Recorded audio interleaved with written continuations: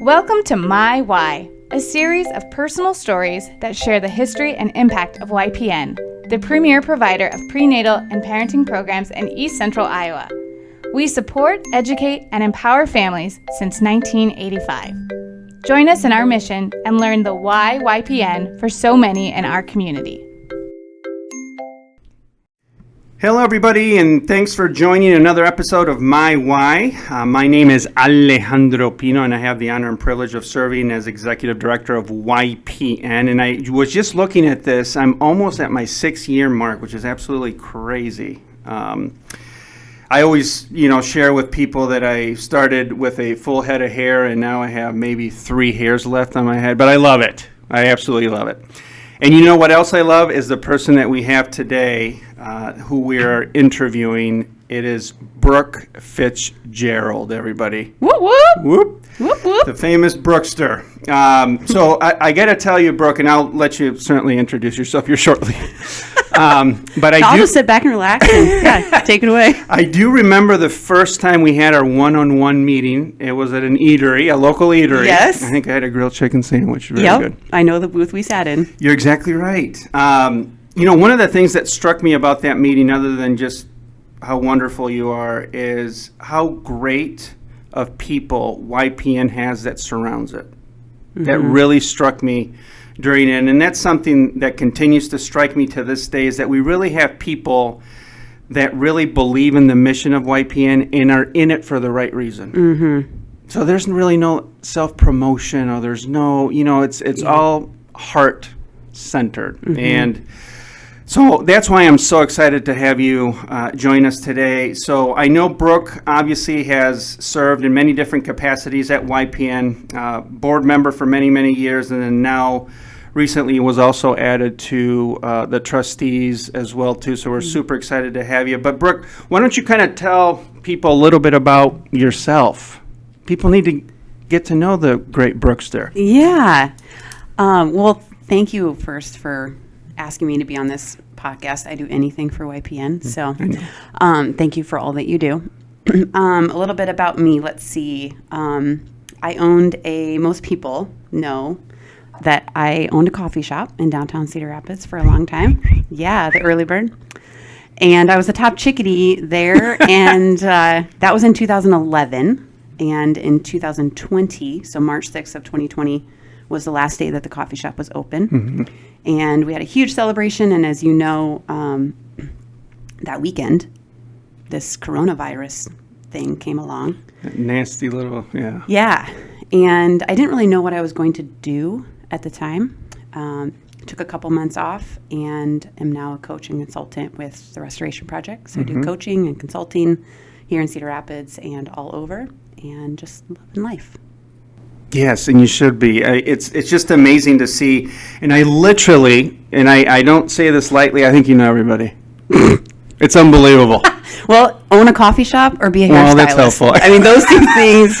I guess those are helpful, right? You get the beat on the community, and they get the beat on you, No, and that's great. I mean, and I don't say that lightly, because obviously people, there's certain people that have an impact on others, and I think you fit that, that for sure. But again, that's why I'm so excited to have you here, especially, kind of as we talk about YPN and just the community in general. And you mentioned, having the beat of the community. And I think you're one of those people that you're not only involved with YPN, you're involved in many other different organizations too. I know Rotary. I used to Indian Creek Nature. There's just so many great organizations that you're involved with. Can you talk a little bit about what led you to YPN itself? I would be happy to. So prior to owning the coffee shop, I worked at Wells Fargo. Yeah. And our friend Ron Pins, yes, a fellow trustee, he was on the board of YPN at the time, and we were both in commercial banking together. And I remember him coming to me and asking if I would attend the Christmas, holiday program with him. And Santa and Mrs. Claus are going to be there, and it's dinner and the kids, and it's so much fun. And I, said, yeah, I would love to. And I'll never forget attending that first holiday program, and just the feeling of like I wanted to just cry. I wanted to cry. We get done with the program. We get out to the parking lot. And I remember just like where we sat, where we were the first time we met, I know exactly where we were outside this church. I get in my car and I just started bawling. It was incredible, the feeling and the energy. You could feel the commitment and the dedication of these young parents, which was so inspiring. You know, as a young individual at the time myself, I'm like, man, I mean, these people are incredible. Yep. And, you know, parenting is, now having kids myself, like, it's so hard, right? There is no manual, there is no handbook. Nope. And it was also equally inspiring to see the staff and how genuinely excited and happy they were to be there and handing out the food. And lastly, the kids that came up to sit on Santa's lap and tell them, you know, what they wanted for Christmas. I mean, I'm going to get emotional right now. It was like, it was such a cool thing that I was like, I want to stay committed to this organization. You know, it what was an just amazing story. And you know, I'm happy to share that event continues to this day. And it's one of our just happier, you know, events that we have every year. And you mentioned, you know, how much that impacted you. And I will say that, you know, that's what keeps me coming back every day and opening that door to the office are just the families that we serve. Because I really want folks to know this, and I know I've said this at different episodes as well, as how proud we should be of the families that come to YPN. Nobody's forcing them to come. Absolutely. So, you know, because there's so many misconceptions and assumptions sometimes people make about folks, and, you know, but when you see the effort that so many of those families make, many of whom have such difficult life stories. Yeah, they have so much adversity. So much. But to have everybody together in one space, enjoying themselves, smiling, and hopefully feeling the love of who surrounds them as well. Yes. Is so powerful. Yeah. So I'm so happy you share that, because, and I also want to share this too. You may or may not have been Mrs. Claus too for a couple of years. Yes, right? I was. Okay. Yeah. So because of that night, you know, in my mind, I'm like, I want to be Santa. I want to be Mrs. Claus, you know? So several years later, I joined the board eventually after Ron rolled off, of course. And at one point, I don't even know when it was, I got asked to be Mrs. Claus. And it was like, you know, I'm going to be Madam President. Celebrity. You know, I mean, yeah. Total celebrity. It felt so great. And one year, I was actually pregnant with our youngest, Henry. Oh, man. And you should have seen the kids' faces. They were like, whoa, you know, like, Mrs. Claus and Santa. Okay. It was kind of awkward, but, you know. Family. We're very family-centric, right, at YPN. Yeah. You know, as you look at YPN, could you share a little bit about how you see it, you know, today? You know, you've probably seen a little bit of the change throughout the years. How do you see, you know, kind of YPN's role in the community? Yeah, that's such a great question, because as I was reflecting on this, so I have seen so many changes over the years, right? And how it has evolved. But one thing that remains consistent is the dedication and commitment to the families and being able to evolve to their needs, right? Years ago, the needs were different because the environment was different, right? Yeah. As the world changes, as the community changes, YPN is flexible enough to adapt to those changes and meet those needs, but not wavering in the commitment. Yeah. To, you know, to them, to those parents, those young parents, that we are here for you and we see you, right? Going back to what you were just saying earlier about, you know, we as a culture, as, you know, as humans make assumptions. Yes. And we perceive things to be certain ways. And a lot of these parents and children, for that matter, have assumptions made about them and have perceptions believed about them that aren't true. That's right. You know? And YPN just has that sense of like, you belong here and you can be here and it's safe to be here. you have value, you have worth, Yeah. and you can do this, right? That's right. Even when it's hard. Yes. Because it is. Yes. You know, I just admire that staff and volunteers don't ever say, you know, this is going to be easy because we're here, right? It's going to be really hard. That's right. And we're here. That's right. And you can do it. Yes. You know? Yes. And that's what I loved about YPN even before I joined, you know, the staff is, you know, we will be here to support. There's no question about that. But we're also going to be here to challenge because we know you have it within yourself to do great things. Yes. Right? Yes. And even like the framework, you know, I remember one of the first things that I had learned about YPN when I actually, you know, started volunteering and joined the board and things was the framework of how they support, you know, which also has not changed. That's right. But the We Care shop was, you know, walking in there, it was so clean and welcoming and provided so many things for young parents, and they earn it. Yeah. You know, Yeah. because of their commitment, they're rewarded for that. And it's, you know, giving them a hand up. That's right. It's not a handout. Exactly. Yes. And that's so important, I think, as well, because, you know, we have so many families, and I say this lovingly, you know, because it's such a challenging thing to go through that many are stuck in that cycle, Yes. you know, in that cycle and that challenging cycle. But we are all here for one another, and we should be here for one another. And while YPN can't be everything to everybody, as you mentioned very perfectly, is we want to make sure that everybody is welcome at YPN, whether it's in the shop, whether it's in our programming, whether it's when they open the door, and especially when they leave our doors. Right. We want them to feel important and that they're loved. Yeah. Right? Yeah. Not like a one size. I feel like it's not a one size fits all. Yeah. You know? That's right. Here's the array of services. Yes. And things that we offer and support. Pick what's right for you. Yeah, everybody. Right? We're not forcing anything on them if they're not ready or You're if they're exactly not, right. you know? Everybody has a unique story. Right. Everybody we encounter, you know, struggling with something. Right. And that's why we have to be here to uplift one another, I think. So how do you hope to impact YPN? Obviously, you've already had a huge impact. And I want to thank, obviously, I forgot to mention this, Ron Pins for actually getting you on the board. Yes. So thanks, Ron, for that. But, and again, like I mentioned, you've already impacted YPN in so many different ways, and you continue to do that. But as you kind of look, you know, kind of at your role currently and maybe in the future, how do you want to continue to impact the families in YPN? Yeah.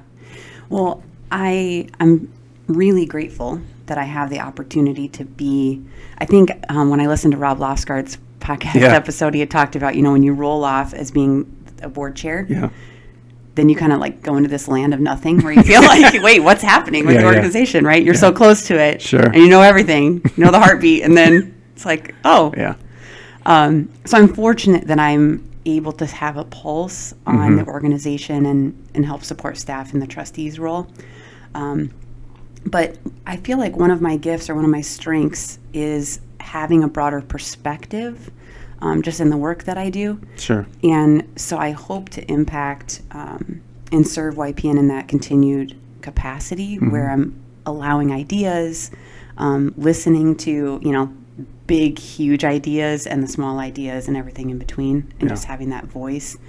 And also, you know, as the years go by, right, the people that have known the organization from early stages, I feel grateful and blessed to have been with the organization for so long that I can provide those types of perspectives too, because there's such a huge legacy with the organization, you know? Not many 100%. nonprofits can say they've been around for 30, 40, 50 years, right? And that's one thing, Brooke, I'm glad you mentioned that, because that's one thing that I never want to forget is that there's so many people that came before me and us who, you know, made it happen essentially, right? Right. I mean, when you look at, you know, we started back in '85 by a group of superstar women, which isn't unusual. In the basement of Mercy Hospital, they started YPN. Yeah. And then look at where we're at, you know, today, and where we'll continue to kind of grow into some of those, you know, what we want to be, especially with the changing dynamics,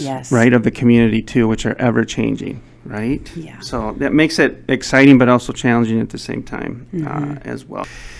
Okay, so we have kind of some core beliefs at YPN, as well. Is there one that kind of stands out, for you? And you kind of alluded to this already, but which one kind of stands out to you? By far, empowerment. Yeah, that's right. Empowering our people. Because by empowering them, that's how we create that sense of community, which at the heart of it, right? Yes, it's about parenting, but at the heart of it, it's a sense of community. I want to be seen. Yes. And I want somewhere to belong.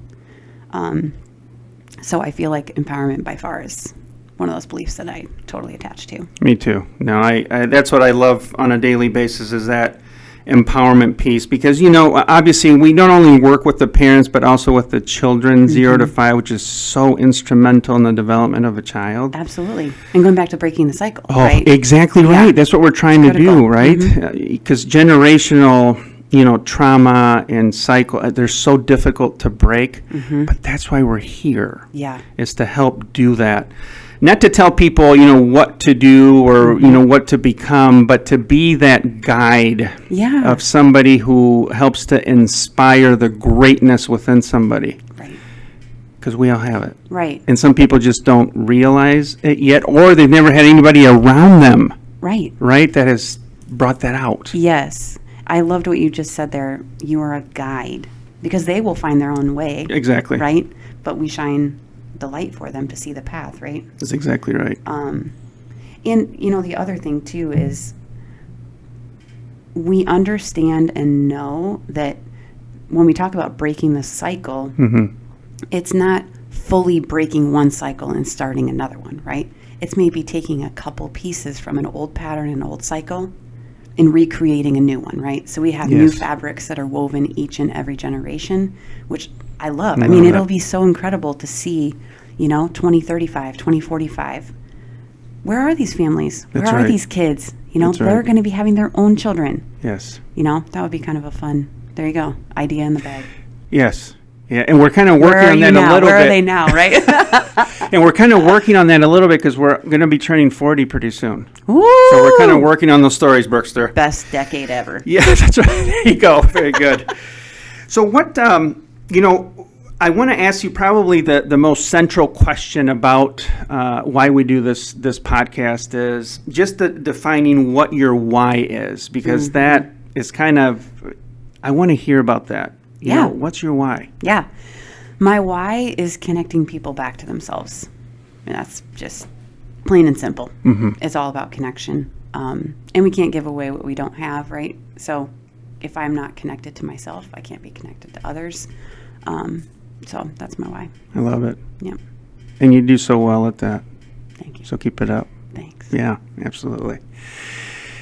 Thank you for saying yes. I'm not just to this podcast, obviously, but just yes to serving. Yeah. Not everybody does it.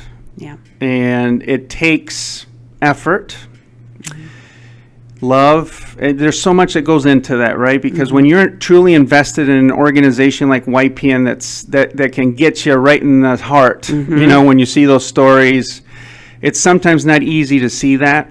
But that's why it's important to have just wonderful people that surround the organization and, more importantly, the families that we serve. Yeah. So thank you for saying yes. Thank you. Can I ask you one more question? Of course. And I know I've asked you this before, but it's important, I think, just because of everything especially that's going on today, and just our lives continue to get so busy. Busier and busier. Oh, that word is right? Terrible. What do you do to relax? Oh, what do I do to relax? I wasn't expecting that question. Ooh. And I like what you did there, too. I'm winking at AP. Okay, here's what I do to relax. Connect with nature. Okay, nature's important. Nature is hugely important. Yes. And what I mean by that is taking a walk and really listening. Like listening to the trees rustling. Yep. Listening to a lawnmower mow the grass. Okay. Listening to the birds sing. Yeah. Wondering what the birds are saying to each other. Yeah, Just kind of like really getting lost in connection with nature and shutting out noise. I do a lot of meditating. Okay. And lastly, I don't turn on the radio in the car. So you just drive in silence? I drive in silence. Oh, that's a little weird. Yeah. No, that's great. That's what my husband said. That's too. great. He was like, after that's about okay. the fourth or fifth time we got in the car without the radio on, he's like, In a minute. is there a reason why the radio is never on in your car? It's okay. Yeah. It's okay. We're all unique, right? Yeah. But you know, one of the things that's kind of central to all three examples that you gave is being present. Mm-hmm. You know, just being present. Mm-hmm. And I think that's something that is getting harder and harder just because of all the distractions. Yeah. But I love what you just, you said with those three perfect examples. I'm going to try it. I'm going to try going from here to the office in silence and see how it goes. Yeah, I might scream a couple times, maybe sing a couple salsa songs in my head. But we'll see how it goes. Okay. Well, there's a difference between connection and connectivity. True. Right. Oh my gosh. Yeah. I'll leave you with that to deep. ponder So in deep. your silence. I love it. I love it. Brooke, this has been fantastic. And again, more than likely, most people have already had the honor and privilege of kind of getting to know you a little bit and at least, speaking with you. But I hope that you know just how appreciative we are as an organization of everything that you have contributed and continue to contribute to the organization. We wouldn't be, and I know, we hear this often, but we would not be who we are today without the great people that surround the organization. You're certainly one of them. So thanks for being a friend of YPN, a friend of me, and a friend of many others. Thank you. Appreciate it. Thank you for listening to My Why, a YPN podcast. We can't make our impact without your support. Please consider donating to YPN. Your gift will make a difference. Visit www.ypniowa.org/give to donate today.